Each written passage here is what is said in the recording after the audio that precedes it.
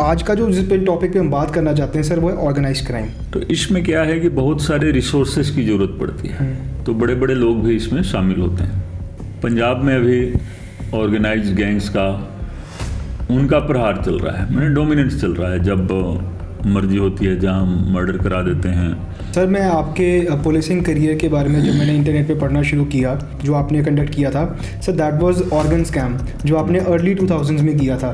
Court कचहरी में affidavit तैयार करने वाले अलग लोग होते थे, उनको पता है कि ये झूठा एफिडेविट बन रहा है। मेडिकल कॉलेज के डॉक्टर होते थे, ट्रांसप्लांट सर्जन्स होते थे। ऑर्गेनाइज्ड क्राइम इंडिया और पंजाब के लिए एक बहुत पुराना टॉपिक है और बहुत ही क्रूशियल टॉपिक है। ये प्रॉब्लम पिछले कुछ सालों में और बढ़ चुकी है, B it targeted killing, extortion calls और थ्रेट कॉल्स। हम सब कॉमन मैन के दिमाग में एक बार क्वेश्चन जरूर आता है कि ये वर्क कैसे करते हैं और इनको इतनी इन्फॉर्मेशन कैसे है। हमारे साथ जो आज हमारे गेस्ट हैं उनका बहुत ही एक डेकोरेटेड करियर रहा है as a police officer, and वो उनकी last posting was as IG police. So आज उनसे हम काफ़ी इन्फॉर्मेशन गैदर करेंगे कि ये ऑर्गेनाइज क्राइम वर्क कैसे करता है, ये इनके पास पैसा कहाँ से आता है और ये रिक्रूटमेंट कैसे करते हैं, एंड मैनी अदर टॉपिक्स जो इस टॉपिक के रिगार्डिंग इंपॉर्टेंट हैं। सो आई बिलीव कि इस पॉडकास्ट के आखिर तक हमारे काफ़ी क्वेश्चन का हमें जवाब मिल चुका होगा कि ये वर्क कैसे करता है ऑर्गेनाइज क्राइम और इसको हम काउंटर कैसे कर सकते हैं। So stay tuned. Thank you sir first of all कि आप हमारे शो पे आए, अपना कीमती टाइम निकाला सर आपने। तो सर आज के हमारे जो आज का जो जिस टॉपिक पे हम बात करना चाहते हैं सर वो है ऑर्गेनाइज्ड क्राइम। पर सर उससे पहले मैं आपकी थोड़ी सर हिस्ट्री जानना चाहूँगा सर, जैसे कि आप बॉर्न एंड ब्रॉट अप कहाँ पे थे सर? अब मेरी क्या हिस्ट्री है, अब उसके बारे में मैं आपको बता दूं कि मैं आईपीएस अफसर हूं पंजाब काडर का जी। 98 बैच है। अलग अलग पोस्टिंग में रहते हुए मैंने गैंगस्टर्स के साथ ऑर्गेनाइज्ड क्राइम के साथ काफ़ी डील किया हुआ है। और लास्ट 5 साल जो मेरा रहा है ना सर्विस का, जैसे मैं अप्रैल 2021 में छोड़ दिया था जॉब, तो लास्ट 5 साल मैंने ऑर्गेनाइज्ड क्राइम यूनिट में ही काम किया है। उस यूनिट का नाम बदलता रहा, एसटीएफ से शुरू हुआ था, तो इसको मैंने 5 साल हमने इसको डील किया हुआ है, एक्सक्लूसिवली ऑर्गेनाइज्ड क्राइम को। तो अब इसमें यह है कि ऑर्गेनाइज्ड क्राइम जिसको आप बोलते हैं, एज सच नाम से ही आपको पता है कि ऑर्गेनाइज्ड क्राइम कोई भी करने के लिए क्या होता है, जिसको कि थोड़ा सा सिस्टमेटिक तरीके से हम कहेंगे कि वो करते हैं जी। क्रिमिनल जो होते हैं वो माइंड भी अप्लाई करते हैं, रिसोर्सेस भी अप्लाई करते हैं, ये सारा चीज़ होता है तो ऑर्गेनाइज्ड हो जाता है, ठीक है ना, जिसको हम गैंग बोलते हैं, ठीक है। तो वो एक ऑर्गेनाइज्ड क्राइम। अब आप देखें कि नया जो आर्म्स एक्ट आया है या कुछ और जो एक्ट आए हैं उसमें उसको डिफाइन किया गया है। पुराने लॉ में तो इसका डेफिनेशन भी नहीं था, लेकिन जिस क्राइम को करने के लिए माइंड का इस्तेमाल किया जाता है, थोड़ा सा योजना बनाई जाती है, स्कीम बनाई जाती है, वो सारा ऑर्गेनाइज्ड क्राइम में आता है। तो इसमें एक्सक्लूसिव आपको कोई प्रश्न करना है जरूर कीजिए जी। सर मैं आपसे पूछना चाहता हूँ कि ये जो ऑर्गेनाइज्ड क्राइम है सर, इसका इकोसिस्टम वर्क कैसे करता है? इनको मेनली फंडिंग कहाँ से आती है? ये अपने आप को आम कैसे करते हैं? क्योंकि कोई कॉमन मैन है, अगर अपना आम लाइसेंस बनवाना हो उसको बहुत मुश्किल से मिलता है, कई चेक्स करवाने पड़ते हैं, कई फाइल बनवानी पड़ती है, उसको मिल नहीं पाता असला। पर इनके पास विदाउट एनी लाइसेंस ऑटोमेटिक असले हैं। देखिए, रॉबरी है, डकैती है, प्लान्ड मर्डर है, एक्सटॉर्शन कॉल के बाद जो मर्डर होता है, ये सारा चीज़ें ये ऑर्गेनाइज्ड क्राइम में एक तरीके से आता है। इसमें देखिए आर्म्स की ज़रूरत पड़ती है, माइंड की ज़रूरत पड़ती है। कई बार जिसका माइंड चलता है ना, वो क्राइम में एक्चुअली इन्वॉल्व नहीं होता है, वो कहीं और बैठा हुआ है और क्राइम को वो अंजाम दिला रहा होता है। तो इसमें क्या है कि बहुत सारे रिसोर्सेज की ज़रूरत पड़ती है, तो बड़े बड़े लोग भी इसमें शामिल होते हैं। कई बार आपको लगेगा नहीं कि ये आदमी भी ऑर्गेनाइज्ड क्राइम का हिस्सा होगा, लेकिन इसमें हाई लेवल के लोग होते हैं। और जहाँ आपको ऑर्गेनाइज्ड क्राइम आ गया ना, वहाँ किसी न किसी रूप में क्रिमिनल के साथ स्टेट मशीनरी, बिल्कुल स्टेट मशीनरी में इंक्लूड पुलिस का कोई ना कोई आदमी जो होगा उसमें, किसी न किसी रूप में। मैं ये नहीं कर रहा हूँ कि डायरेक्टली इन्वॉल्व होगा, और पॉलिटिशियन तो होगा ही होगा। बिल्कुल। मतलब ऑर्गेनाइज्ड क्राइम में पॉलिटिशियन और पुलिस किसी न किसी रूप में शह देने में, फैसिलिटेट करने में, किसी न किसी रूप में ये लोग इन्वॉल्व होते हैं। अदरवाइज ऑर्गेनाइज्ड क्राइम हो ही नहीं सकता है। बिल्कुल। ये रिक्रूटमेंट कैसे करते हैं? कोई भी आदमी अगर ऑर्गेनाइज क्राइम का पार्ट है, उसको कोई क्राइम करवाना है, तो उसकी रिक्रूटमेंट कैसे करते हैं ये लोग? अब देखिए, अभी तो जेलों में बैठ करके लोग कर ले रहे हैं। जैसे एक बड़ा गैंगस्टर जेल में बैठा हुआ है, छोटे छोटे लोग जाते हैं, उनको ट्रेन कर देते हैं। कुछ लोग क्या करते हैं कि कोई क्राइम कराना है, मर्डर कराना है, तो बाहर छोटे छोटे लोगों को वो अप्रोच कर लेते हैं मोबाइल फ़ोन के थ्रू। जेलों में पता नहीं कैसे जेलों में मोबाइल फ़ोन जा रहा है। मैं तभी कहा ना कि कहीं ना कहीं किसी न किसी रूप में मिलीभगत होती है। अगर जेल से कोई डायरेक्शन आ रहा है क्रिमिनल की तरफ से, गैंगस्टर की तरफ से, तो वहाँ तो स्टेट इन्वॉल्व हो गया, क्योंकि वो जेल में है और जेल को हम सुरक्षित घेरा मानते हैं। बिल्कुल। और वहाँ मोबाइल फ़ोन उनके पास है, तो किसी न किसी की मिलीभगत जरूर है। बिल्कुल। चाहे जिस रूप में है, तो वो बाहर बताते हैं कि ये करना है, ऐसे करना है, और उनके पास फ्लो ऑफ इंफॉर्मेशन, जो ऑर्गेनाइज्ड क्राइम होता है ना, उसमें फ्लो ऑफ इंफॉर्मेशन काफ़ी होता है। तो वो इनपुट लेते हैं, इंटेलिजेंस कलेक्ट करते हैं। तो जो कोई भी क्राइम को अंजाम दिलाना होता है तो अपने आदमियों से करते हैं, खुद भी करते हैं। अगर बाहर है वो खुद करता है अपने साथ, जिसको आप कहेंगे ना क्रिमिनल गैंग। तो जो काम क्रिमिनल गैंग की तरफ से किया जाता है वो तकरीबन ऑर्गेनाइज्ड क्राइम होता है। मैं आपको बताऊं, ऑर्गेनाइज्ड जुआ खेलना, दड़ा सट्टा, ये भी ऑर्गेनाइज्ड क्राइम में आता है। ठीक है कि नहीं? ये भी ऑर्गेनाइज्ड क्राइम में आता है।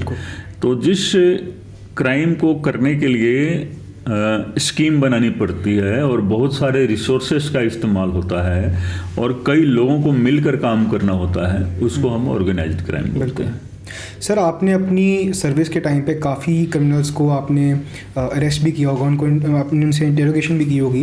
आपके हिसाब से ये जो लोग होते हैं, ये क्रिमिनल्स क्यों कैसे, मतलब जब ये बनते हैं या किसी गैंग से फिलेट हो गए, ये अपनी चॉइस से बनते हैं ज़्यादातर, कि इनको कोई बैड सर्कमस्टांसेस थे जो उन्होंने जो एक क्रिमिनल बन जाते हैं? देखिए, इसमें कोई चॉइस नहीं होता है, सर्कमस्टांशियल होता है। मैं तो यही कहूँगा, गलत संगति में पड़ गए किसी न किसी रूप से। बिल्कुल। पहले क्या होता था, अगर आप फिल्मों को भी देखें, जिसमें मान लीजिए कि 20% भी सच्चाई है, तो ये जो गैंगस्टर्स क्रिमिनल जो होते थे, लीडरों के लिए काम करते थे। ये लीडर काम कराते थे। कुछ समय पहले तक देखिए, यूपी में भी काफ़ी, मतलब गैंगस्टर्स का जो एक्चुअल रूप जो है ना, यूपी में था, जो कि अब देखिए नए शासन में, खास करके जब से योगी जी वहाँ आए हैं, उन्होंने ऑर्गेनाइज्ड क्राइम के ऊपर तगड़ा प्रहार किया है। पंजाब में अभी ऑर्गेनाइज्ड गैंग्स का उनका प्रहार चल रहा है, मैंने डोमिनेंस चल रहा है। जब मर्जी होती है जहां मर्डर करा देते हैं।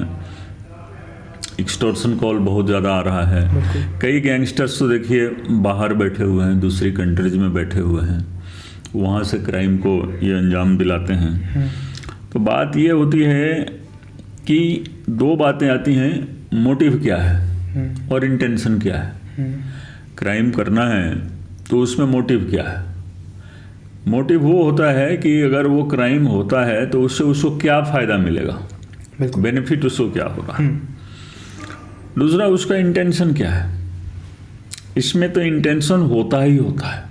ऑर्गेनाइज क्राइम में वो तो इंटेंशनली किया ही जाता है, ठीक है कि नहीं। और राह चलते लड़ाई हो जाती है, किसी के हाथ में पिस्टल है, किसी को मार दिया, कई बार वो सडन प्रोवोकेशन होता है, उसमें इंटेंशन नहीं होता है मारने का, प्रोवोक हो गया, अगले ने गोली चला दी। यहाँ तो इंटेंशनली किया जाता है। लेकिन देखना होता है ना कि इसमें मोटिव क्या है, वो क्या पर्पस हासिल करना चाह रहा है। पहले देखिए बहुत सारे लीडरों के मर्डर हुए। एक लीडर दूसरे लीडर का गुंडा एलिमेंट से मर्डर करवाता था। बिहार में भी होता था ऐसे, साउथ के स्टेट्स में भी होता था। और जो पंजाब में गैंगस्टरवाद है, इसका एक नेचर थोड़ा स्वरूप अलग तरीके का है। तो यहाँ का जो है हम देखते हैं कि किसी कारण बस मान लीजिए, सबसे ये होता है कि छोटे छोटे क्रिमिनल जो गली लेवल के, स्ट्रीट लेवल के होते थे, तो उनको ये अगर उस तरह का माहौल मिल गया, इन्वायरमेंट मिल गया, तो बड़े गैंगस्टर बन जाते हैं। फिर क्या होता है, कई छोटे छोटे लोगों को नाजायज़ केस में या छोटे छोटे केसों में पकड़ करके हम जेल में भेज देते हैं। वहाँ बड़े लोगों के साथ उनकी जान पहचान होती है, वो इनको बरतते हैं। तो ये एक मिला जुला है। हम यही कहेंगे कि एक सर्कमस्टांशियल होता है, चॉइस ठीक है। ये बाई चॉइस बहुत कम होता है, रेयरेस्ट ऑफ रेयर केस में होता है कि कोई बाई चॉइस हो लेकिन ये क्या है कि सर्कमस्टांशियल है। बिल्कुल। तो सर जैसे आज का टाइम सोशल मीडिया का है जी, सोशल मीडिया अगर हम यूज़ कर रहे हैं तो ये क्रिमिनल्स भी यूज़ करते हैं। तो सर आपके हिसाब से सोशल मीडिया का क्या रोल रहा है in respect to organize crime? देखिए, सोशल मीडिया अक्सर देखते हैं कि कोई क्राइम होता है तो पुलिस इन्वेस्टिगेशन करते रहती है, उससे पहले ही कोई ना कोई गैंग उसको उसकी जिम्मेवारी ले लेता है कि ये काम हमने किया है और इस कारण से किया है, ठीक है। ये भी है, जब हम इन्वेस्टिगेशन में देखते थे कि कई बार तो गुमराह करने के लिए भी जिम्मेवारी ली जाती है। क्राइम किसी ने किया है और उसकी जिम्मेवारी कोई और ले लेता है।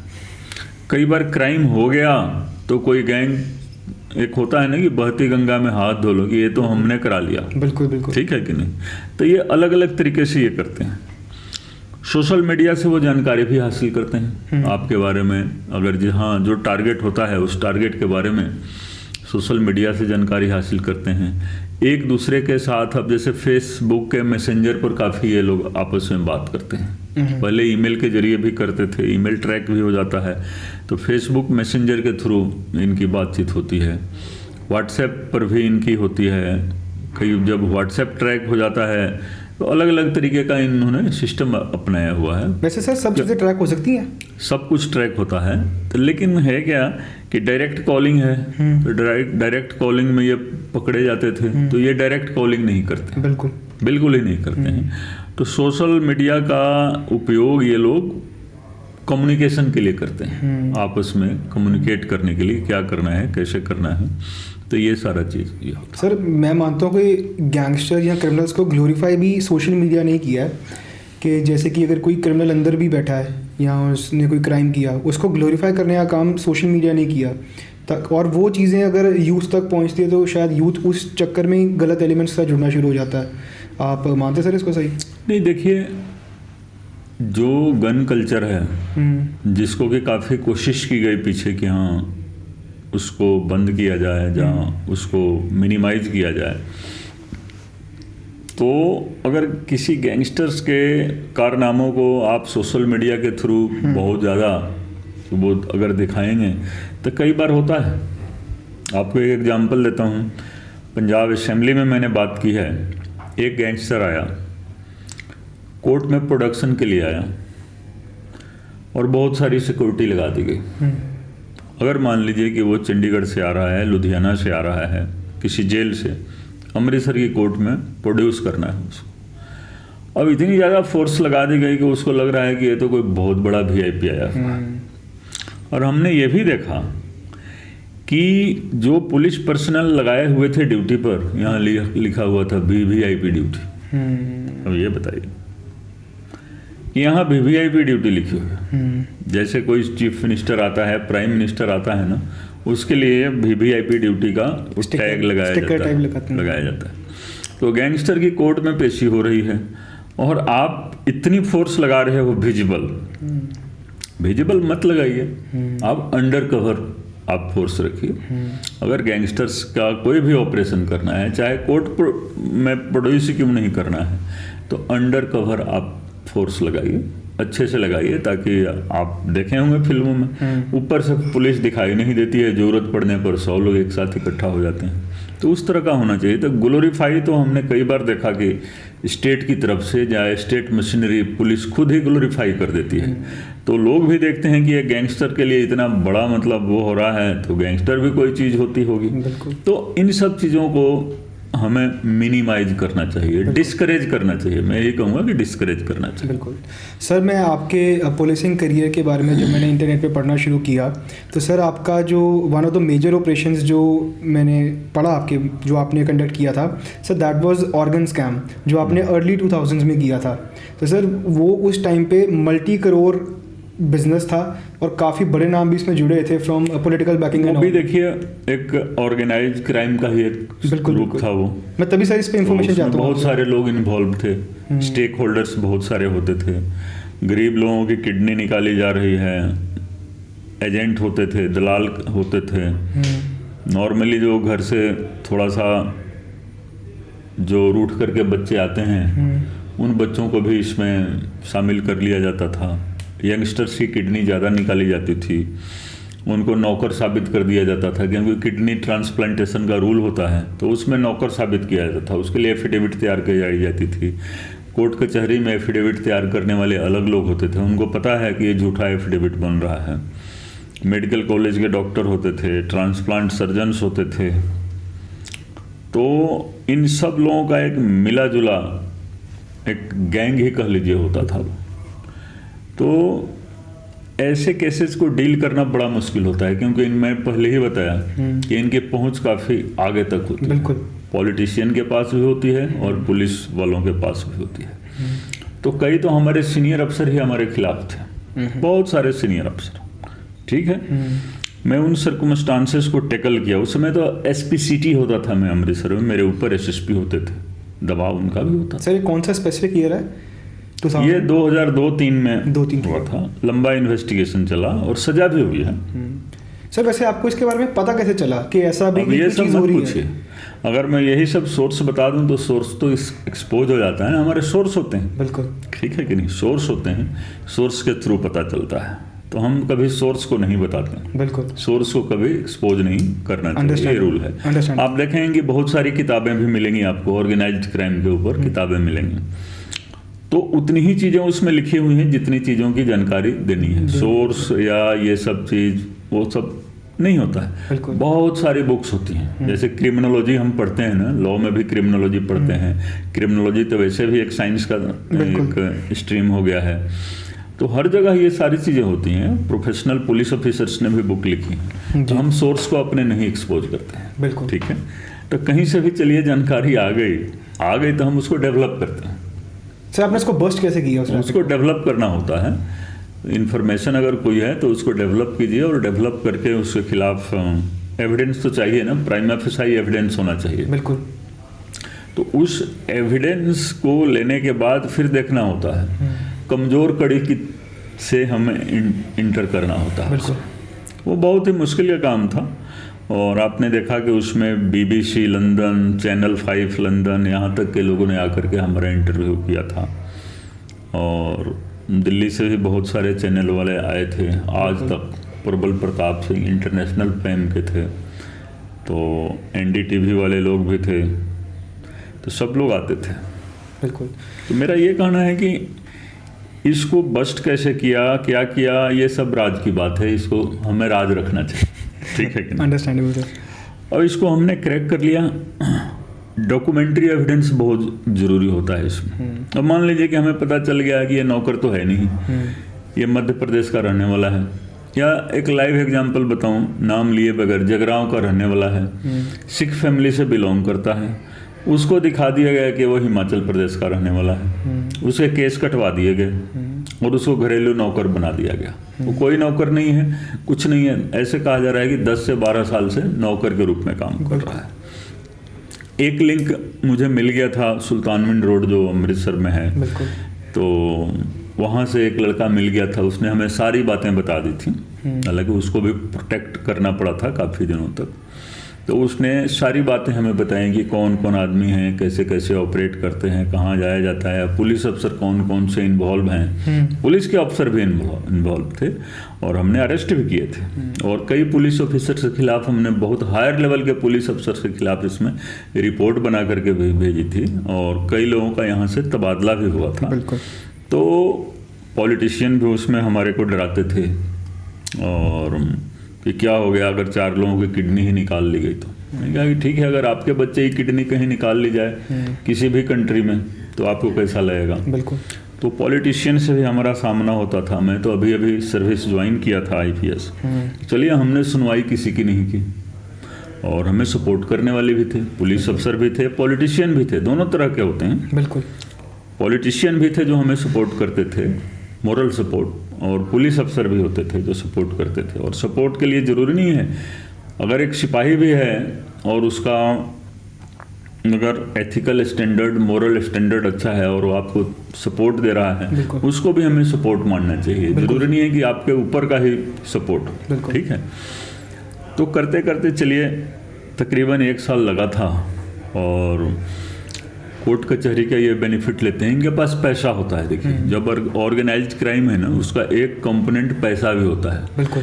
तो ठीक है, जब पैसा है तो लीगल मशीनरी का भी उसी तरीके से इस्तेमाल करते हैं। बिल्कुल। ऐसे ऐसे एडवोकेट जो कि मतलब आपको दिखाई देंगे, जो कि कुछ भी मतलब अपने मतलब कोई आम आदमी जो अफोर्ड भी नहीं कर सकता। हाँ, नहीं कर सकता है, और उनकी कॉम्पिटेंसी होती है। बिल्कुल। तो कोई एक छोटा मोटा भी अगर लेकुना आ गया तो उसको तिल का ताड़ बना सकते हैं। इस तरह के होते हैं जैसे आप फिल्मों में देखते हैं। तो बात इतनी सी है कि इसको हमने अच्छे तरीके से क्रैक कर लिया, और ये केस फिर हाई कोर्ट में चला गया। कई बार मेरे से इन्वेस्टिगेशन ले लिया गया, फिर हाई कोर्ट ने कहा कि नहीं, यही करेंगे इन्वेस्टिगेशन। चीफ जस्टिस साहब को हमारे पर भरोसा था, तो इन्वेस्टिगेशन करके हमने कंक्लूड किया इसको, और बड़े अच्छे तरीके से कंक्लूड हुआ, और हर केस में सज़ा हुई है। बिल्कुल। ट्रायल कोर्ट ने इन केसों में सज़ा की। लंबा इन्वेस्टिगेशन, लंबा ट्रायल। बिल्कुल। ट्रायल के दौरान भी विटनेसेस को, और ख़ास करके जो एविडेंस है, डॉक्यूमेंट्री एविडेंस, यहाँ तक कि कोर्ट से भी गायब हो जाता था। कोर्ट से भी फाइल गायब होती थी। बिल्कुल। तो ये सारा चीज़ हमने उसमें टैकल किया, और फाइनली कंक्लूड हुआ केस, और कन्विक्शन में गया। बिल्कुल। सर, अगर हम ऑर्गेनाइज क्राइम में पॉलिटिकल इंटरवेंशन की बात करें जी, काफ़ी लोगों को लगता है कि जो क्रिमिनल्स हैं या गैंगस्टर्स हैं, इनको पॉलिटिकल इम्यूनिटी होती है। From your perspective, police officer की पर्सपेक्टिव से, ये कितना ट्रू है?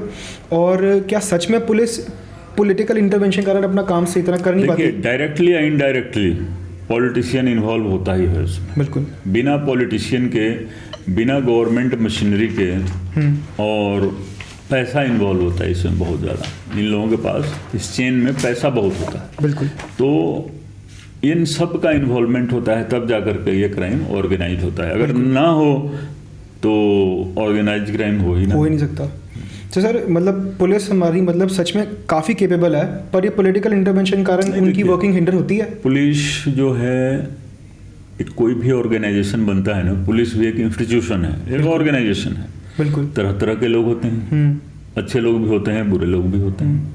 तो हम बोलते हैं ना कि एक जो सड़ी मछली होती है ना, सारे तालाब को गंदा करती है। बिल्कुल। तो अगर 2-4 लोग भी उस तरह के निकल गए तो 2000-3000, अब जैसे पंजाब पुलिस में जब मैं काम करता था 80,000 प्लस उसमें मैन पावर था, लोग थे।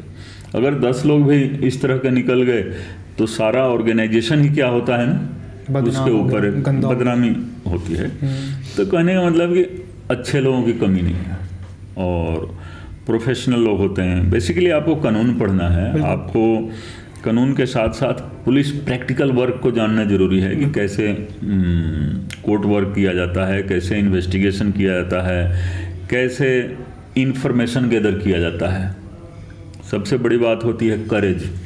करेज भी होना चाहिए। बिल्कुल। ऐसे केसेज में करेज नहीं हो तो आप स्टैंड नहीं ले सकते। बिल्कुल। तो पुलिस अफसर को वही करेगा ऐसे केस को क्रैक जो करेजियस होगा। बिल्कुल बिल्कुल। तो आपको हर तरह के अच्छे अच्छे मिल जाते हैं लोग। बिल्कुल। और बड़े अच्छे से होता है। तो सर, अगर हम पॉलिटिकल इंटरवेंशन की जैसे बात कर रहे थे कि अगर आपको अगर हम पावर दें कि ये पॉलिटिकल इंटरवेंशन कम कैसे कर सकते हैं हम, तो आप कैसे कम करना चाहेंगे इसको? कोई कैसा तरीका हम कोई फॉलो कर सकते हैं? कोई तरीका ही नहीं है। अगर हमारे पास पावर होगा तो कोई पॉलिटिशियन करेगा ही नहीं। उसको पता है कि इनको इन एंड आउट का पता है। आज सारे पंजाब में मैं जहाँ जाता हूँ लोग क्या बोलते हैं कि जेकर तुहाडे कोल महकमा हुंदा जी। केजरीवाल साहब ने यही दिखाया ना सारा चीज़ कि बस हमारे पास जांबाज पुलिस अफसर है कुंवर विजय प्रताप। मुझे तो याद है गुरदासपुर में कि जांबाज पुलिस अफसर, तो 24 दिसंबर 2021। तो अगर हमारे पास में पावर हो तो 80% काम अपने आप खत्म हो जाता है। बिल्कुल। इस तरह का जो मतलब नेक्सस तोड़ना होता है। बिल्कुल। तो नेक्सस तो अपने आप टूट जाता है। बिल्कुल। और जो बच गया उसको आपको तोड़ देना है। बिल्कुल। ठीक है ना। ये तो स्किल से होता है ना। पर सर अगर हम जनरल सेंस में अगर बात करें तो पॉलिटिकल इंटरवेंशन कम करना हो तो वो कभी कम हो सकता है? नहीं, यूपी में हो गया कि नहीं हो गया, आप बताइए। अब कौन सा जा करके सिफारिश करेगा पुलिस अफसर को? बिल्कुल कौन सा पॉलिटिशियन करेगा, आप बताइए। अगर मुख्यमंत्री तगड़ा है, मतलब जो स्टैंड लेने वाला पॉलिटिशियन है, जिसके हाथ में ये सब चीज है, वही होम मिनिस्टर हैं, तो वहाँ कौन हिम्मत करेगा? तो अगले की पर्सनालिटी से भी तो बहुत सारा चीज होता है। बिल्कुल, तो उसका पर्सनालिटी कैसा है, उससे बहुत कुछ डिपेंड फर्क पड़ता है। तो सर अगर एक कॉमन मैन के लिए हम सोचते हैं कि अगर किसी ने कोई क्राइम किया, पुलिस ने उसको पकड़ लिया, उसको जेल भेज दिया, तो वो जो क्राइम का एक सर्कल था वो कंप्लीट हो चुका है। पर आज के टाइम पे अगर हम देखें तो जो जेल्स हैं वो किसी भी क्रिमिनल के लिए सर एक सेफ हाउस बन गया है। वहाँ पे जाके वो सेफ बन गया है। बिल्कुल, तो सर बिल्कुल वो सेफ रहते हैं वहाँ पे। हमने कहीं देखा कि जैसे कि पंजाब के कई फेमस कोई बहुत बड़े गैंगस्टर्स हैं, वो जेल से ही अपना लैविश, बताइए कि उसको मोबाइल फोन कौन भेजता? बिल्कुल सर, मेरा वही क्वेश्चन है कि लैविश लाइफस्टाइल जीते हैं अंदर। आपके हिसाब से सर ये जेल्स का ऐसे हालात क्यों बन गए हैं? जेल में देखिए लूज एडमिनिस्ट्रेशन के चलते हैं और नेक्सस के चलते। हमने जेलों को भी काफ़ी टैकल किया है और उस तरह के ऑफिसर्स के खिलाफ भी हमने कार्रवाई की है। अगर आप देखेंगे तो अलग अलग टाइम में हमने जेल पर रेड किया हुआ है और मोबाइल फ़ोन पकड़े हैं, नेक्सस पकड़ा हुआ है, और बहुत हैवी पैसे ये लोग चार्ज करते हैं इस चीज़ के लिए।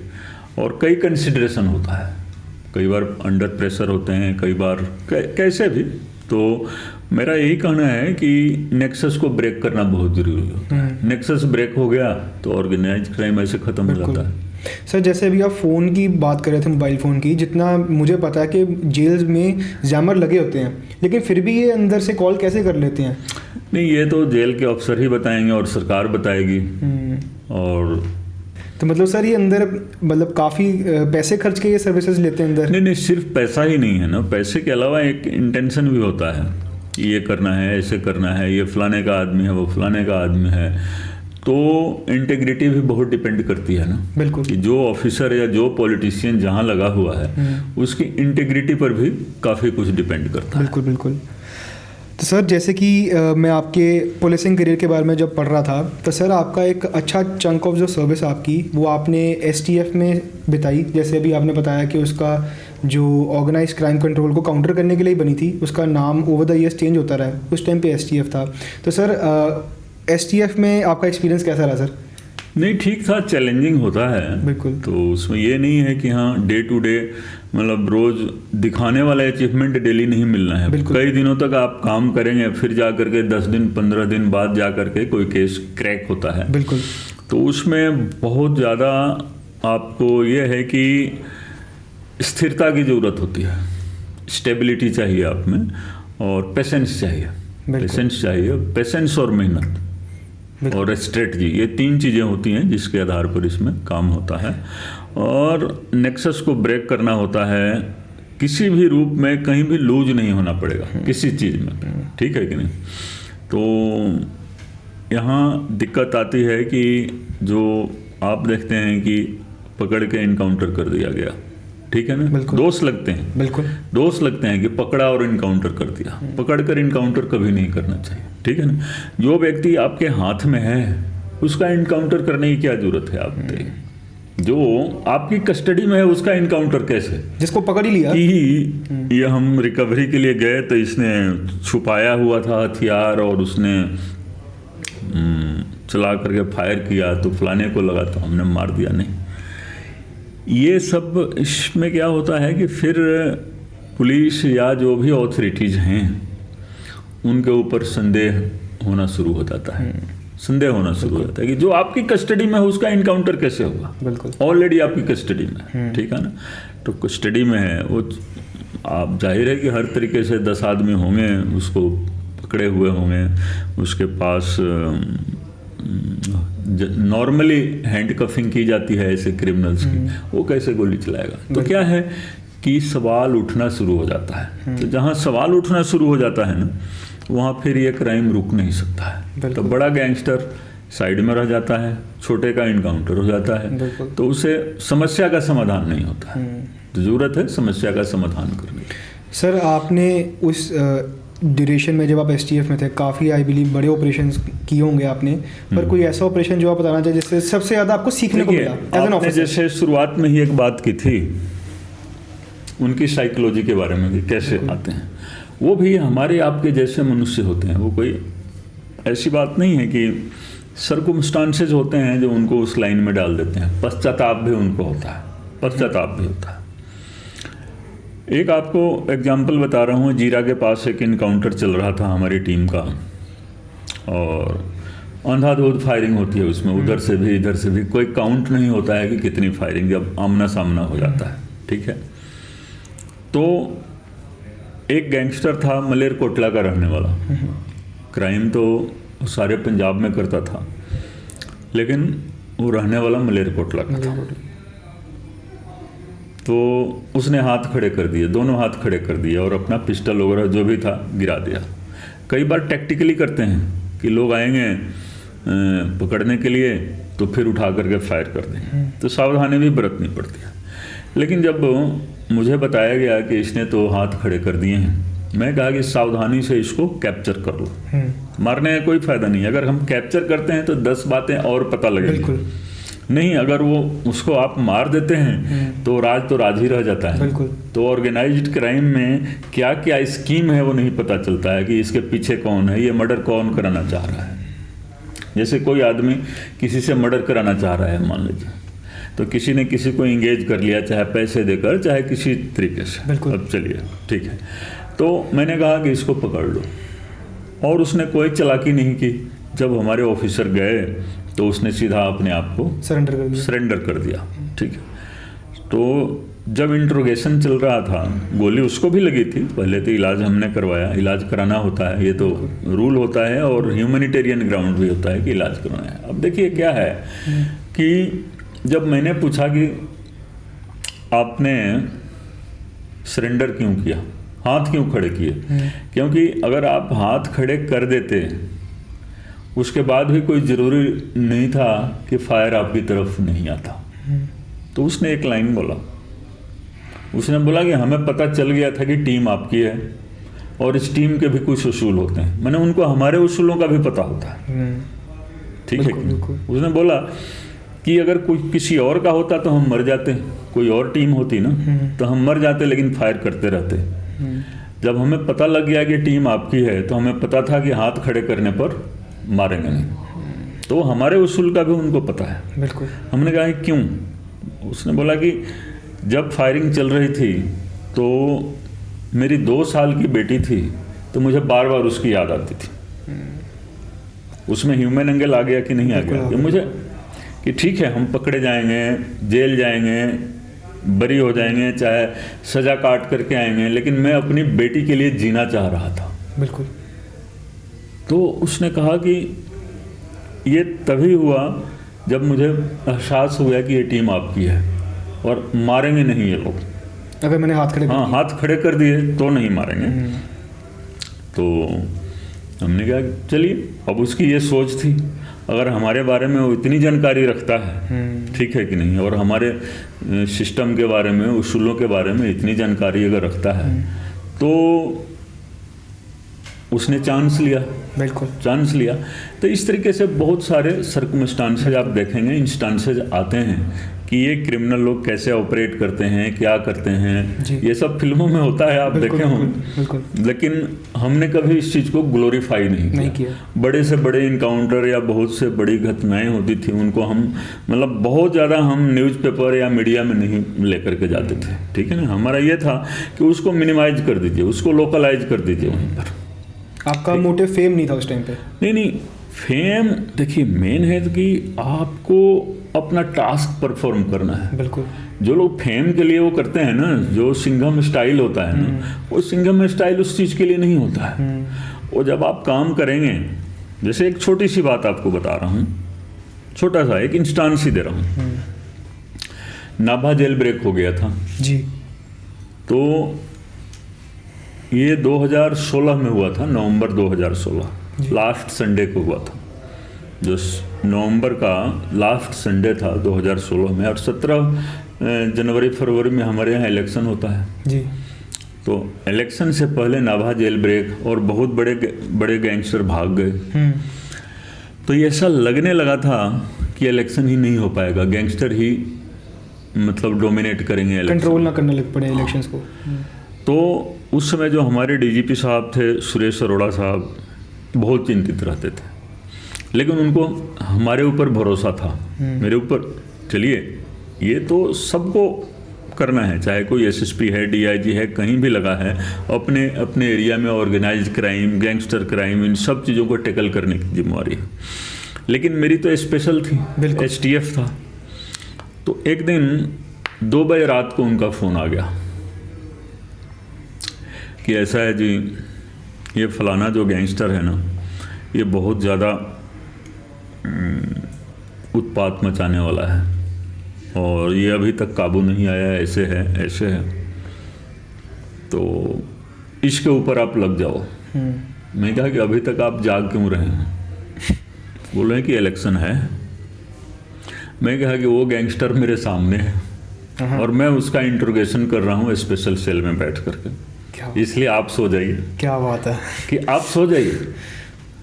रात में हमने ऑपरेशन किया था, हमने सोचा कि सवेरे आपको बताएंगे। जी जी। तो ये तो ऑलरेडी चल रहा था, तो वो तो शौक हो गए होंगे हैं? हाँ, उनको शौक हो गया कि ये रात को 2 बजे इंट्रोगेशन कर रहा है और ऑपरेशन हो भी गया जिसके बारे में वो जानकारी मांग रहे हैं। तो उससे क्या होता है ना कि ट्रस्ट बनता है। बिल्कुल। अब उनको मेरे ऊपर ट्रस्ट हो गया कि ये अफसर है जो अपने आप काम करता है, अपने आप काम करता है। हाँ, दूसरी बात ये भी कि वो मुझे सिफारिश भी नहीं कर सकते थे। बिल्कुल, उनका भी एक उसूल था कि ठीक है, अगर कोई पॉलिटिकल प्रेशर, ठीक है, इसमें भी अगर हम बड़े आदमी पकड़ते हैं तो साथ में छोटे आदमी भी पकड़े जाते हैं। बिल्कुल। किसी न किसी रूप में, किसी भी लेवल का अगर प्रेशर आ गया पॉलिटिकल कुछ भी, तो डीजीपी पंजाब मुझे नहीं बोल सकते थे कि इसको छोड़ो।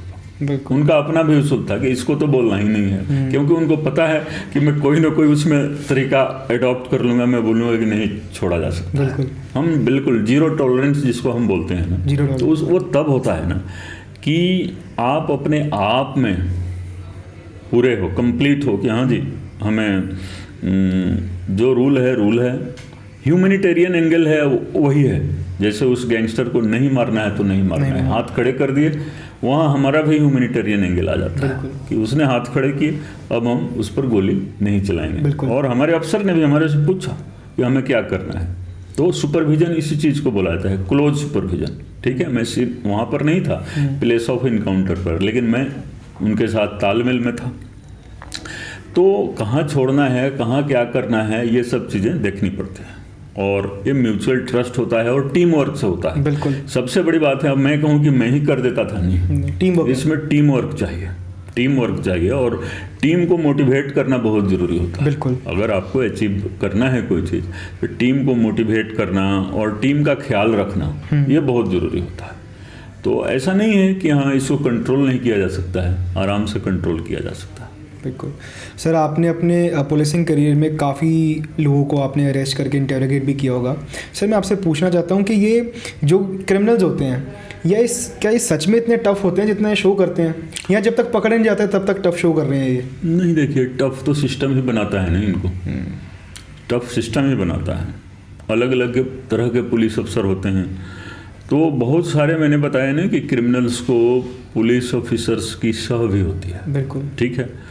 तो ठीक है, मैं तो अभी भी जाता हूँ जो इन्वेस्टिगेशन या जो ऑपरेशंस हमारी निगरानी में हुए हैं और जहाँ मेरा मतलब किसी न किसी रूप में रोल है इन्वेस्टिगेशन में, तो मैं तो कोर्ट कचहरी में अभी भी जाता हूँ, आज तक अभी भी जाता हूँ। ठीक है, अगर मैं ना जाऊँ तो केस ख़त्म हो जाएगा, क्योंकि वो लिंक टूट जाएगा ना। बिल्कुल, जो इन्वेस्टिगेशन का एक लिंक है वो टूट जाता है। तो मैं तो फ्रीली जाता हूँ, ठीक है, और मैं कभी हेजिटेट नहीं किया कोर्ट में जाने से, कोर्ट में कभी नहीं किया। जब मैं एसएसपी था, आईजी था, तो भी, चाहे अभी मैं एमएलए हूँ, ठीक है, कोर्ट में जाने में कोई हर्ज नहीं है, मैं जाता हूँ।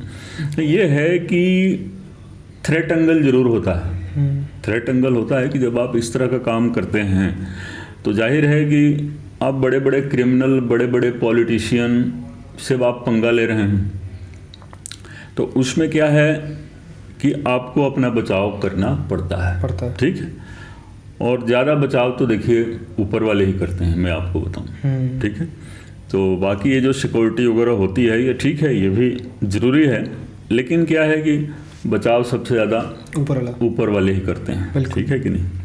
तो ये सारा चीज़ देखिए, आपने ये टॉपिक रखा ऑर्गेनाइज्ड क्राइम का, तो जितनी बातें हम बचा सकते थे, आप बहुत सारी बुक्स पढ़ेंगे ऑर्गेनाइज्ड क्राइम पर, और प्रोफेसर्स की भी मिलेंगी, प्रोफेशनल पुलिस ऑफिसर्स की भी बुक्स आपको मिलेंगी। तो लेकिन जो प्रैक्टिकली जो यहाँ हो रहा है, और ख़ास करके पंजाब के अभी के हालात में जो हो रहा है, मैं समझता हूँ कि मतलब इसको कंट्रोल किया जा सकता है, इजीली कंट्रोल किया जा सकता है।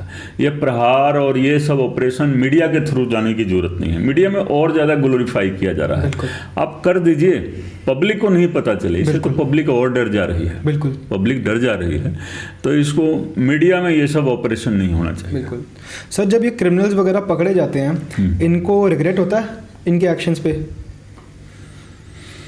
नहीं, बहुत केसेज में होता है, बहुत क्रिमिनल्स को नहीं होता है। उनको आदत है कि हाँ पकड़े जाना, जेल जाना, फिर छूटना। तो कई लोगों को रिग्रेट है।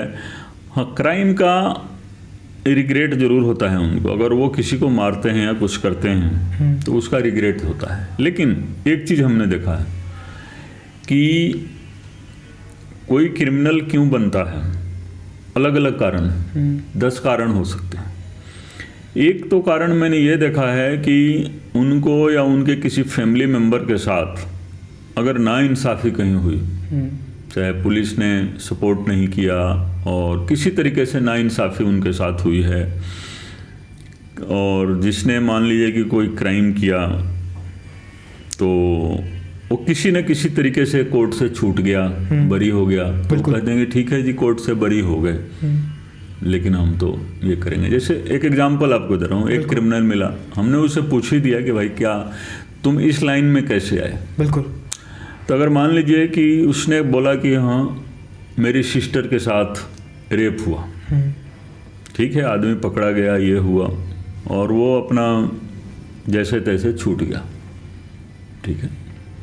तो छूट गया तो ठीक है, उसके मन में बात आ गई कि ठीक है वहाँ से छूट गया, लेकिन हम भी, तो पहला तो क्राइम उसने वही किया कि उसको मार दिया और मार करके सरेंडर कर गया। बिल्कुल, मार करके सरेंडर कर लिया। उसके बाद से वो फिर वो चैन में आ गया। वही बात जो हम पहले कर रहे थे कि सर्कमस्टांस होते हैं, सर्कमस्टांस कुछ ना कुछ होता है, मतलब उसमें कुछ ना कुछ होता है। और इसमें ह्यूमैनिटेरियन एंगल जरूर रखना चाहिए, लेकिन क्या है कि हमें देखना चाहिए कि समस्या को हमें टैकल कैसे करना है। बिल्कुल, ये गैंगस्टरवाद आ गया, ठीक है, जिसको जिस तरीके से हम निपट सकते हैं उसको उसी तरीके से निपटना चाहिए। कारण कि मेजॉरिटी जो आम जो लोग हैं ना, उनको दहशत के माहौल से निकालना होता है।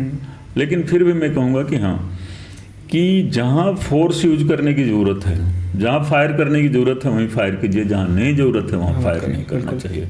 मेडल लेने के लिए या दिखावा करने के लिए ये सब फायर नहीं करना चाहिए। सर, अगर हम पंजाब के करंट सिचुएशन के बारे में बात करें, अभी रिसेंटली एक ट्रेंड चल पड़ा है, जो ट्रेंड है वो है एक्सटॉर्शन कॉल्स का, टारगेटेड किलिंग और थ्रेट कॉल्स।